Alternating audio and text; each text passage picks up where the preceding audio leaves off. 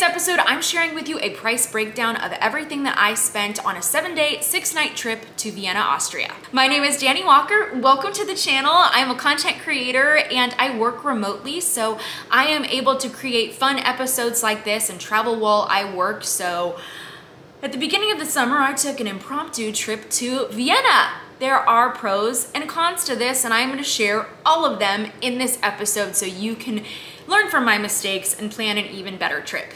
Also, if you enjoy travel vlogs and travel hacks and tips, please consider subscribing to the channel and also hitting the notifications bell. Let's get right into this. First, I'm going to disclose that I spent a lot more on this trip than I needed to. If I had just planned a little bit better, I would have saved so much money. So the very first expense was my flight to Vienna. I booked my flight less than a week before my departure. Not the best idea. If you want the best travel rates, of course, booking weeks or months ahead is going to be a lot less expensive. My flight, which was a direct flight to Vienna from LAX, was $691. That was a one-way ticket to Vienna. I booked a one-way ticket because I did not know where I wanted to go next. This was also my first time traveling to Europe alone, and some countries require you to have proof of onward travel. So I purchased, or what you can say is I rented a ticket. And this ticket is something that you can present to customs when you arrive in a country to prove that you have onward travel. This is something that you'll use if you're a person like me and you don't know where you're going next. But many countries are gonna wanna see that you have that proof that you are not going to stay in their country. They don't want you to illegally immigrate into their country, so you have to have a ticket showing that you plan to leave the country on a certain date. So for this, and I'm gonna link the service that I used down below in the description, so if you wanna take that extra precaution, you can do so as well. When I went to Vienna, they did not ask me for proof of onward travel, but these things can change, so if you wanna be extra prepared, I suggest purchasing that rental ticket. It'll be valid for 48 hours. It's a real ticket. It'll be held in your name. After that 48 hours, it'll expire, but it's something that's gonna get you through customs if you're like me and you're trying to figure out where you're gonna go next. So it's kind of like this temporary ticket. That cost me $16 USD. Prior to my flight to Vienna, I had to take a Lyft to the airport. I didn't have anybody to drop me off. I spent $65.81 on that Lyft, including the tip, which honestly wasn't too bad. I flew into LAX and I found out later that there is a flyaway LAX bus that departs from the LA Union Station. So what I could have done for a much lower cost was take a train to LA Union Station and then take the flyaway bus. And that honestly is what I plan on doing in the future, just to save a little bit more on travel. I highly suggest taking advantage of public transportation when you're traveling. This is going to lower your costs significantly. So you can do this by just using Google Maps. And Google Maps, when you click the directions button, you will have options for how you want to travel, whether that is by car, by public transportation, or even walking. So click one of those options that's going to work best for you so that you can see what's going to be the lowest cost to get to your destination. The next thing to think about were my travel accommodations.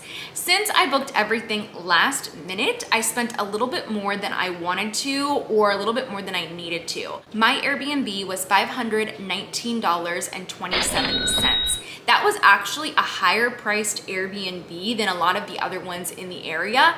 But one of the things that I was looking for when I booked this Airbnb was making sure that this Airbnb was relatively close to the airport and also that it was close to the city center. Sometimes Airbnbs or hotels close to a city center are going to be a little bit more expensive per night, but I always suggest booking something relatively close to that city center because that's where all the attractions are going to be. That's where the landmarks are going to be. And if you're anything like me and you want to go and visit those places, you're gonna end up spending that money anyways on transportation. You're also gonna be wasting a lot more of your time and your valuable travel time transporting to those areas. So I would really encourage you to spend a little bit more, get a little bit closer to the city center typically, or get closer to those attractions so you can reach them faster, and then just use public transportation to get there. Fortunately, Vienna, Austria is a place that has lots of public transportation, and they make it very easy for you from the moment that you step off the plane. The first thing that I did when I got off my plane was purchase a ticket for the city airport train. And you will see signs for the city airport train at the Vienna, Austria airport marked very clearly. You can purchase this several ways. You can go through your phone, go to the website, purchase your ticket. You can go through the app, or there are kiosks by the baggage claim area, and you can purchase your ticket to the city airport train. This is what I would suggest doing. The train takes about 16 minutes to get from the airport to the city center, but the trains depart once every 30 minutes. So if you miss that train, you may have to wait a little bit of time to get on the next one. At my time of travel, it cost 11 euros to take the city airport train, or $10.94 USD. This was extremely convenient, totally worth it in my opinion. It drops you off in the city center, and in fact, it drops you off in kind of like this mall area. So as soon as you get there, it's very easy to start walking around. And the other great advantage of this, and I think a really convenient feature, is that there are free lockers. So if you're like me and you arrive early, if you arrive too early for your Airbnb or your hotel check-in, you can get off at the city airport train in the city center. You can store away all of your bags for free, walk around, enjoy the city, get a bite to eat, see an attraction, head back, get your baggage, and then go to your Airbnb or go to your hotel. What I did though was I decided to walk straight from the city airport train to my Airbnb because of the timing of my flight. It worked out best that way. I decided to walk so that I could get a better feeling for the city. I only had a backpack and my carry-on, so it was very easy to do that. It was a 30-minute walk from the city center to my Airbnb. I had a wonderful location. All of the landmarks that I wanted to see, all the attractions that I wanted to see were within a 30-minute walk of my Airbnb. And I'm gonna link that Airbnb down in the description below just in case you decide to stay in the exact same one. I loved it and I would highly recommend it. Transportation is very easy in Vienna, and some of the most popular ways that people get around are by scooter or by bike, by walking, or of course you can always use a rideshare service. I preferred to take the scooter around town. The weather was beautiful. I had so much fun doing this. It cost €1 to get the scooter started, and then you pay by the amount of time that you're using it, and it's a very low cost. The price of all my scooter rides for the entire week totaled to 12.60 euros or $12.53 USD. So I felt like that was such a deal. Another thing that's at the top of my list on travel is food, and I found that the food prices were quite reasonable. One of the best and easiest ways to save money while you travel is to cook at home. This is exactly why I usually stay in an Airbnb instead of a hotel. I look for Airbnbs that have kitchens and refrigerators so that I can easily cook. For food, my total for the week was $104.81 USD. I went to the grocery store, I cooked most of my own meals, and I did go out a few times to enjoy some traditional Viennese food. Of course, that's something that I really look forward to when I travel, is trying the local cuisine, and even that was pretty affordable. The last expense of my trip was getting back to the airport. And for this, you can return to the city center and you can take that city airport train back. But the return ticket is a little bit more expensive. It totaled to 19 euros or $18.90 USD. But still, I thought that that was pretty affordable.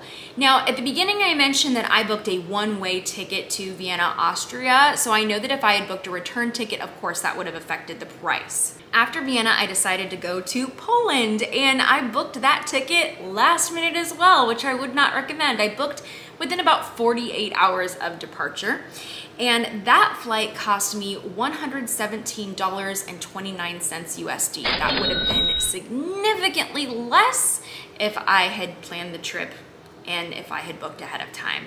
So the fees for that, I'm not gonna add it into the grand total because that really was an optional thing. Without the last minute trip to Poland, my 7 days and 6 nights in Vienna, Austria totaled to $1,439.26. If you want to add in the cost of that flight to Poland, my total was $1,556.55. I'm sure that there were a couple other miscellaneous fees.